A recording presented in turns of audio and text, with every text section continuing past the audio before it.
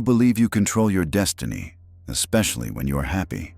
But safety is just a chain, and its strength depends on the weakest link, your attention.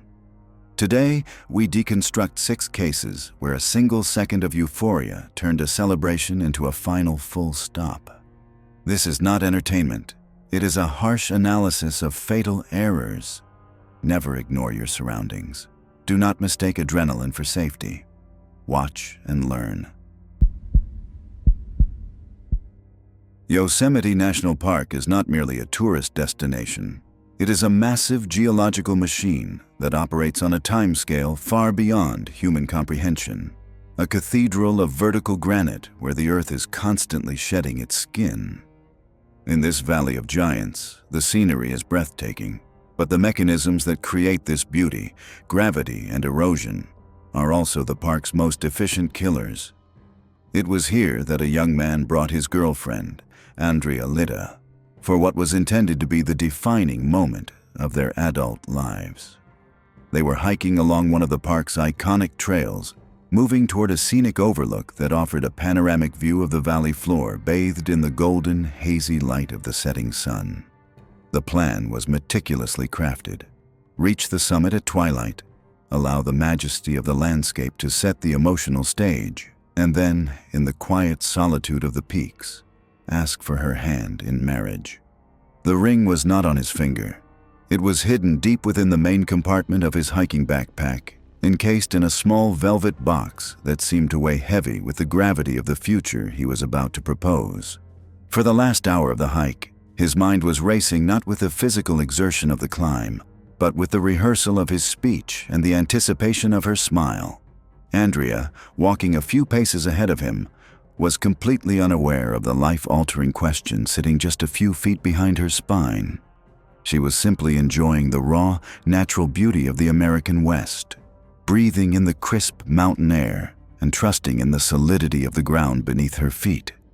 But high above them, nearly 1,000 feet up the sheer face of the cliff, a geological clock was about to strike midnight. The phenomenon is known as exfoliation, a process where layers of granite, under immense pressure, slowly peel away from the main rock face like the layers of a giant onion. A slab of rock, weighing several tons, had been held in place by nothing more than friction and a few crystalline bonds that had finally degraded. There was no warning, no ominous rumble, no ground tremor. The bond simply failed. The slab detached from the wall.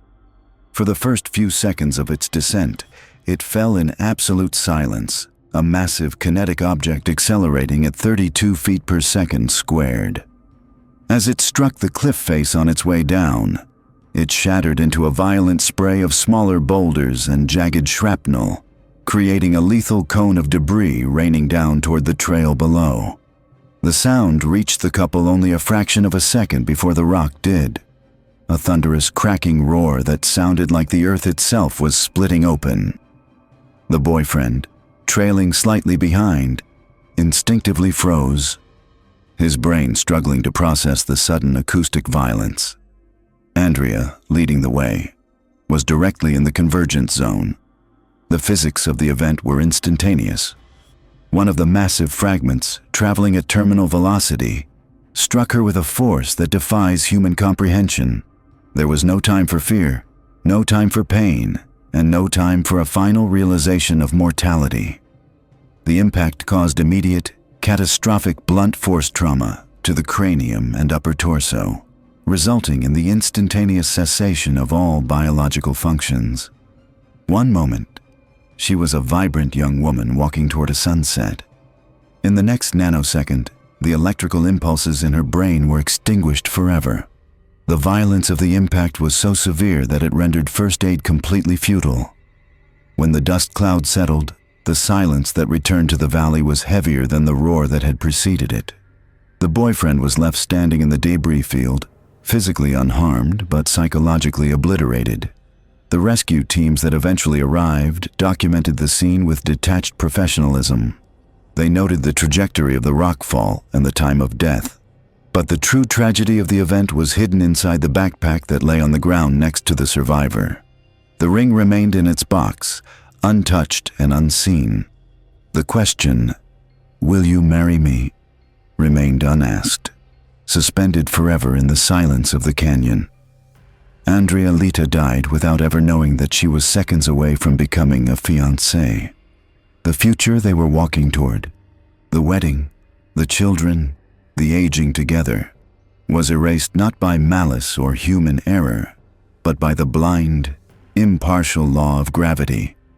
The rock did not hate them, it simply fell, and in that fall, it turned a symbol of eternal love into a cold artifact of a life cut short, proving that nature offers no special protection to those in love.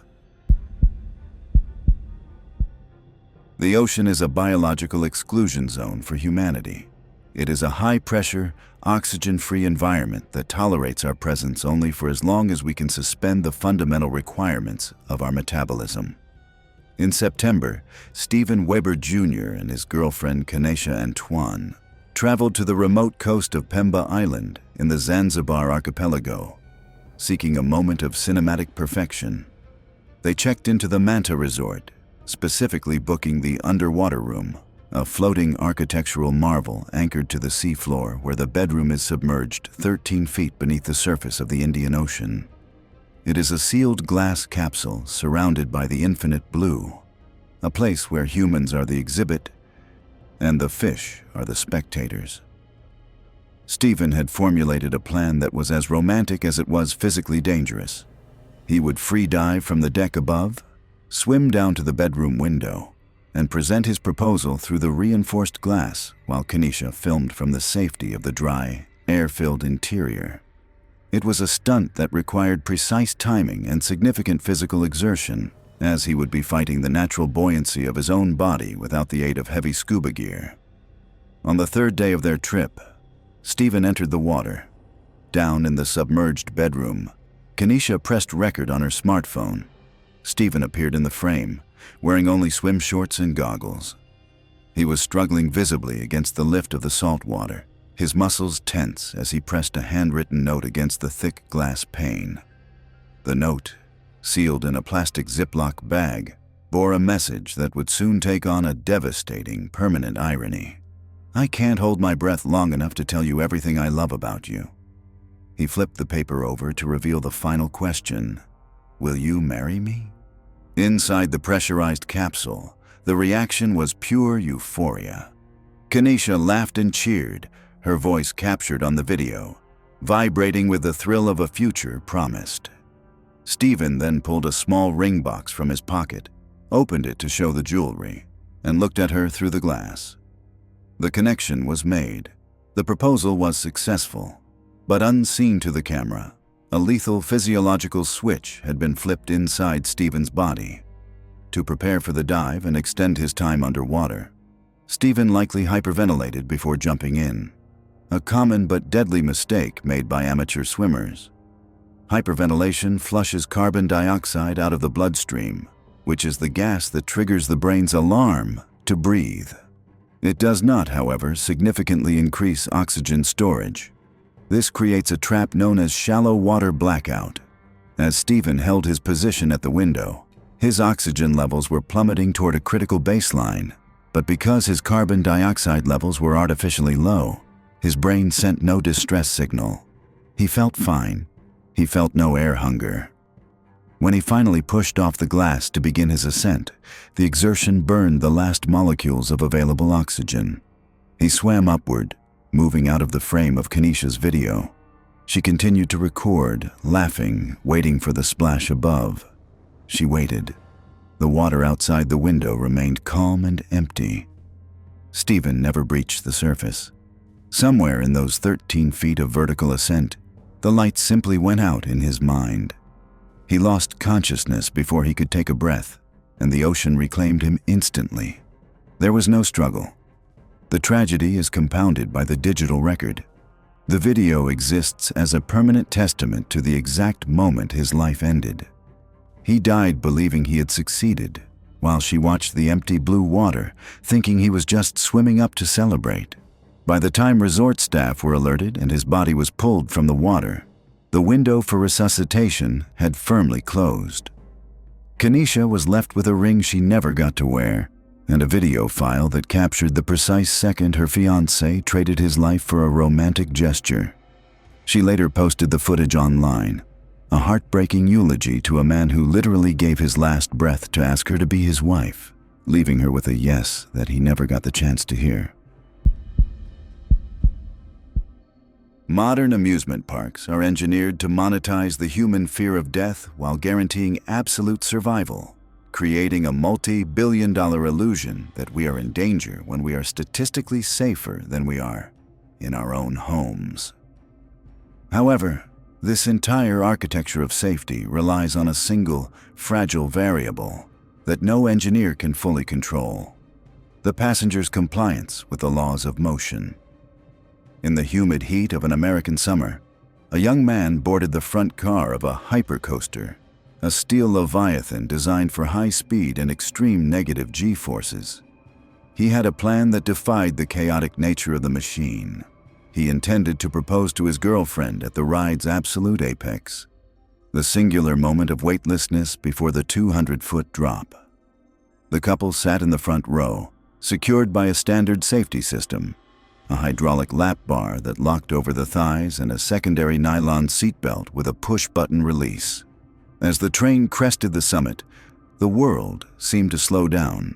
The deafening noise of the chain lift ceased, replaced by the howling wind of altitude.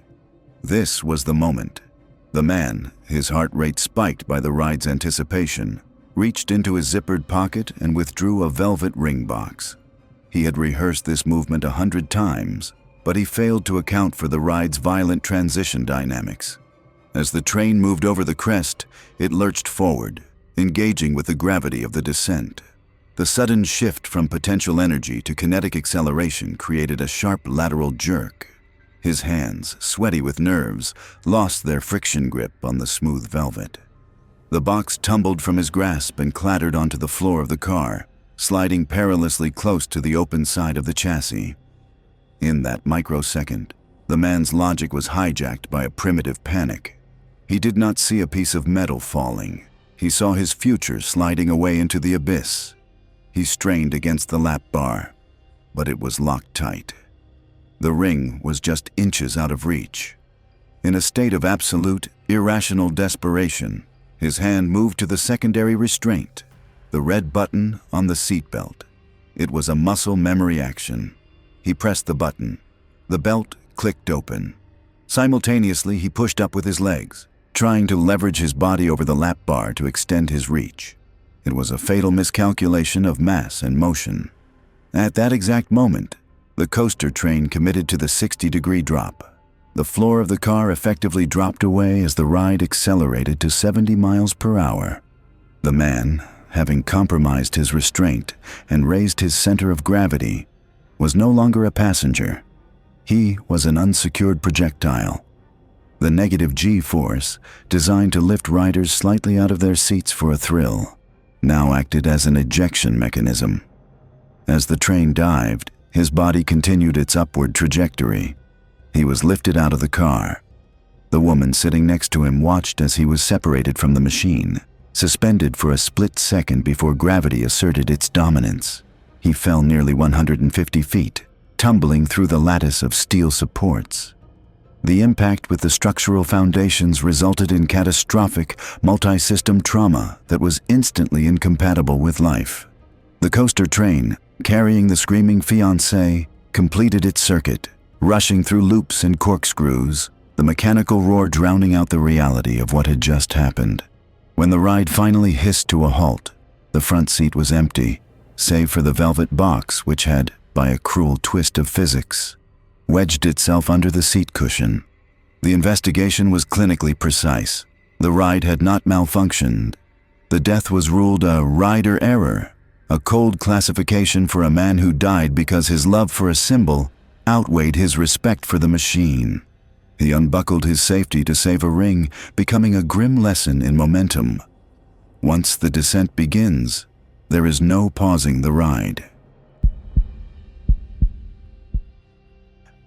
The Alps do not negotiate with human emotion. They are geological titans of granite and ice, indifferent to love, ambition, or the fragility of the biological form. And nowhere is this cold indifference more palpable than on the jagged spine of Mount Falkert in Carinthia, Austria. It was December, a month when the Nockberg Mountains are wrapped in a deceptive shroud of pristine white snow, creating a visual masterpiece that lures the romantic eye while concealing a lethal lack of friction underfoot. A 27-year-old man and his 32-year-old partner had ascended to the summit, driven by a vision of the perfect cinematic engagement, seeking to etch their commitment into the eternal landscape of the peaks at an altitude of nearly 7,500 feet. They were not professional alpinists. They were a couple in love, distracted by the adrenaline of the moment and the breathtaking panoramic view, unaware that they were standing on a surface where the margin for error was non-existent. The prospective groom had orchestrated the logistics of the climb to align with the golden hour, ensuring the backdrop would be as majestic as the question he was about to ask. He knelt in the snow. The question was asked. The answer was a euphoric yes, a moment of supreme dopamine release that flooded their brains, momentarily dulling the primal survival instincts that demand constant vigilance on a ridgeline. In this split second of hormonal rush, the connection to the physical reality of the mountain was severed. The woman, overwhelmed by the rush of endorphins and the sheer magnitude of the moment, shifted her weight just an inch too far. It was a microscopic error in a macroscopic danger zone. Her boot found a patch of slick ice hidden beneath a dusting of loose powder, and the coefficient of friction instantly dropped to 0. She began to slide. The physics of the situation were immediate and merciless. Gravity claimed her, pulling her toward a precipice with a terrifying vertical drop. The fiancé did not hesitate. His reaction was not a conscious decision but a neural override, a frantic biological impulse to protect the mate. He lunged forward, his hand grasping for her, his body acting as a counterweight to arrest her momentum. He succeeded in altering her trajectory just enough to prevent her immediate freefall into the abyss, anchoring her for a fraction of a second. But the laws of motion demanded a price for this intervention. The kinetic energy of her slip transferred to him. As she found a precarious path away from the edge, he lost his own footing. The exchange was absolute. Her stability was purchased with his balance. He went over the edge. The horror of the situation is defined by the silence that followed. There was no scream, only the rushing sound of wind as he plummeted 50 feet down the sheer rock face, his body colliding with the unforgiving granite in a series of catastrophic impacts before he came to rest on a narrow, inaccessible ledge. The woman, surviving the initial slip thanks to his intervention, fell nearly 650 feet down a different, snow-covered slope. By a miracle of physics, the deep snow acted as a cushion and a brake, absorbing enough of the kinetic energy to spare her life. She lay there near a frozen lake, battered, concussed, and in shock, while he lay broken on the cliffs above. The rescue operation that followed was a complex ballet of high-altitude mechanics involving the Alpine Polizei and emergency helicopters, specifically the crew of the C-11 rescue chopper. The pilots battled erratic wind shears to lower a rope to the site, the rotors cutting through the thin mountain air with a rhythmic, mechanical thrum that contrasted with the stillness of the tragedy below. When the emergency physician finally reached the groom, the diagnosis was grim. The fall had subjected his skeletal structure to forces far beyond the human tolerance limit. He had sustained multiple blunt force traumas and catastrophic internal injuries compatible with a high-velocity impact against solid rock. While the woman was airlifted to a hospital in Friesach, surviving with serious but treatable injuries, her partner's life was extinguished on the mountain. The romantic narrative they had climbed to create was rewritten by gravity into a forensic report. The ring, the symbol of a future that would never happen, remained a cold artifact of a life cut short. The mountain stood unchanged, a silent witness to the cruelest of ironies. The very act of saving the woman he loved became the mechanism of his own destruction, leaving her to live with the heavy knowledge that her survival was the direct mathematical result of his death. Ibiza is a geographical paradox that lures millions of tourists every year. It is an island globally celebrated as a sanctuary of endless life, vibrant energy, and hedonism. Yet its coastline is defined by jagged, unforgiving geology that offers no hospitality to the careless. In January 2015, the island's western coast, specifically the steep cliffs of Calatarida, became the stage for a tragedy that illustrates the fatal disconnect between human emotion and physical reality. Dimitrina Dimitrova, a 29-year-old woman from Bulgaria, had traveled to the island to visit her boyfriend who was living and working there. He had meticulously planned a moment that was meant to be the romantic zenith of their relationship, a memory that would last a lifetime. He chose a secluded spot atop a high cliff, a location that offered a breathtaking panoramic view of the sunset over the Mediterranean Sea. The setting was perfect. The golden light painting the water, the rhythmic sound of the waves crashing 65 feet below, and the isolation that made the moment feel private and eternal. The boyfriend's intention was to use the grandeur of nature to amplify the weight of his proposal. He led her to the edge, a place where the land ends abruptly and drops vertically into the rocky surf. The air was cool, the view was spectacular, and the mood was electric with anticipation. He knelt on the rough limestone. He presented the ring. He asked the question. Dimitrina's reaction was an explosion of pure, unfiltered joy. In this moment, her brain was flooded with a potent flood of dopamine and adrenaline, a chemical surge so powerful that it momentarily suppressed the primal, background processes responsible for spatial awareness and caution. She said, yes. But speech was not enough to contain the energy coursing through her body. Driven by an overwhelming impulse to express her happiness physically, she began to jump. It was a jump for joy, in the most literal sense, a reflex of celebration that is safe in a living room but lethal on a precipice. The physics of the situation turned catastrophic in a fraction of a second. As she jumped, her landing was imperfect.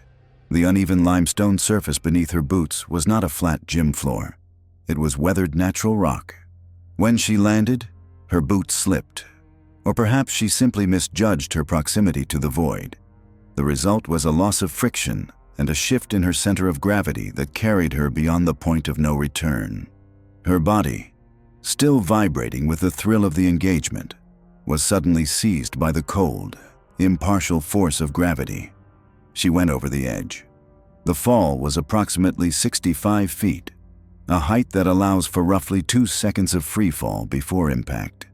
It is in this terrifying window of time that the biological tragedy unfolded. The human heart is an electrical pump, highly sensitive to extreme stimuli. The sudden transition from the peak of romantic euphoria to the absolute terror of a free fall created a massive shock to her system. As her body plummeted toward the water's edge, the sheer physiological stress of the event triggered a cardiac crisis. She struck the ground, but the autopsy and medical reports suggested a complexity to her death that goes beyond simple trauma. When the local civil guard and firefighters reached her, she was in a state of cardiac arrest. While the fall had inflicted severe mechanical injuries, blunt force trauma consistent with a high-velocity impact against rock, the medical responders noted that her heart had likely failed due to the extreme shock of the event.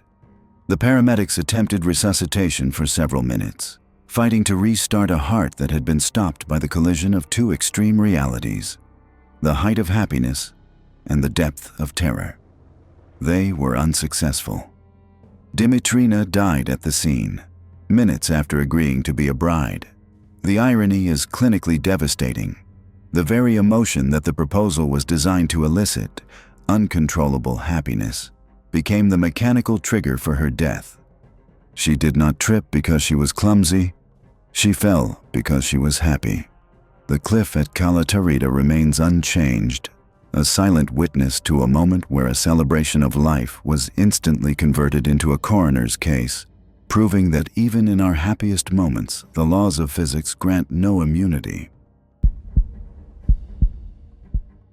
The human heart is often romanticized by poets as the spiritual vessel of love, but in the cold, unyielding reality of biology, it is simply a muscular pump driven by delicate electrical impulses, and like any mechanical system, it has a breaking point that can be triggered by the very emotions it is supposed to symbolize. In a bustling private residence in Brazil, a 26-year-old entrepreneur named Matheus Rodrigo Santos prepared for the most significant moment of his young life, completely unaware that his own anatomy was about to betray him in the most cruel way possible. The setting was not a dangerous cliff edge, a deep ocean trench, or a high-speed machine. It was the perceived safety of a family gathering, filled with music, laughter, and the people who loved him most. To the casual observer, this was a celebration of life, but inside Matthias's body, a dangerous physiological storm was silently brewing. He had planned to propose to his girlfriend, a moment he had rehearsed in his mind 1,000 times, but the human body does not always distinguish between the stress of a threat and the stress of extreme joy. As he gathered the attention of the room, standing before friends and family, his sympathetic nervous system began to flood his bloodstream with a potent mix of catecholamines, specifically adrenaline and noradrenaline. This is the body's natural fight-or-flight response, a survival mechanism designed to sharpen focus and accelerate the heart rate to prepare muscles for action. For most young men, this rush is just a flutter of nerves or a racing pulse. But for Matthias, on this specific night, the chemical surge was overwhelming, pushing his cardiovascular system into a red zone of overexertion. He knelt down on the floor. The room went quiet, the music faded, and all eyes were on him. He spoke words of commitment and love, his voice trembling with the immense weight of the occasion. He presented the ring box. His girlfriend, overwhelmed with emotion, said, "Yes." The room erupted in cheers, applause, and the flashes of phone cameras capturing the triumph. The mission was accomplished. The stress should have dissipated, but the biology of the moment took a catastrophic turn. In the seconds following her acceptance, Matthias stood up to embrace his future wife. The joy was absolute. However, the massive spike in heart rate and blood pressure caused by the sheer euphoria placed an unprecedented, sudden demand on his heart muscle. At the exact moment of his triumph, the electrical system that regulates the heartbeat failed under the load. He began to complain of sudden dizziness, a sign that oxygen was no longer reaching his brain efficiently. To the guests, it perhaps looked like he was just overwhelmed by the moment, a swoon of happiness or a joke. But this was not a faint. It was a total system collapse. His body lost its battle with gravity. He collapsed onto the floor, right in front of the woman who had just agreed to spend her life with him. The transition from celebration to emergency was instant and terrifying. The music stopped. The laughter died.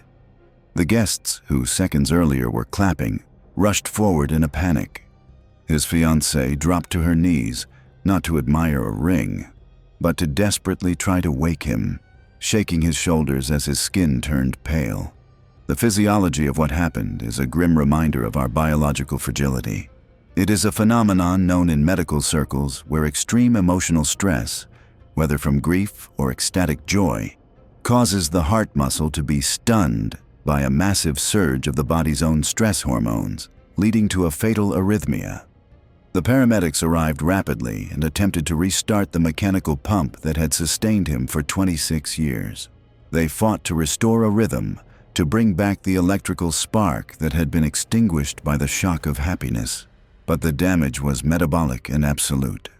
Matthias was transported to the hospital, but he was pronounced dead shortly after arrival. The diagnosis was a massive heart attack.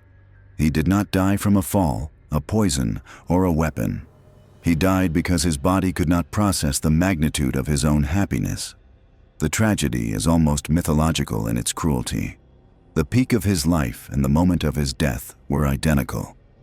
He never got to put the ring on her finger. He never got to hear the toasts at the wedding. He left his fiancée with the most traumatic memory possible. The man she loved dying in her arms because he loved her too much. It serves as a haunting final lesson that the human body is a fragile machine, and sometimes the engine can burn out even when the road ahead looks perfect. The ring is gone, and so is the future. These tragedies were not caused by malice, but by the modern obsession with the perfect shot. Here is the uncomfortable truth. Is a dangerous cinematic proposal actually an act of love, or is it just an act of narcissism designed for social media? Does a relationship really need a cliff edge to be special? Or are you just compensating for something weak? Debate it below. If you value your life more than a photo, subscribe to the channel.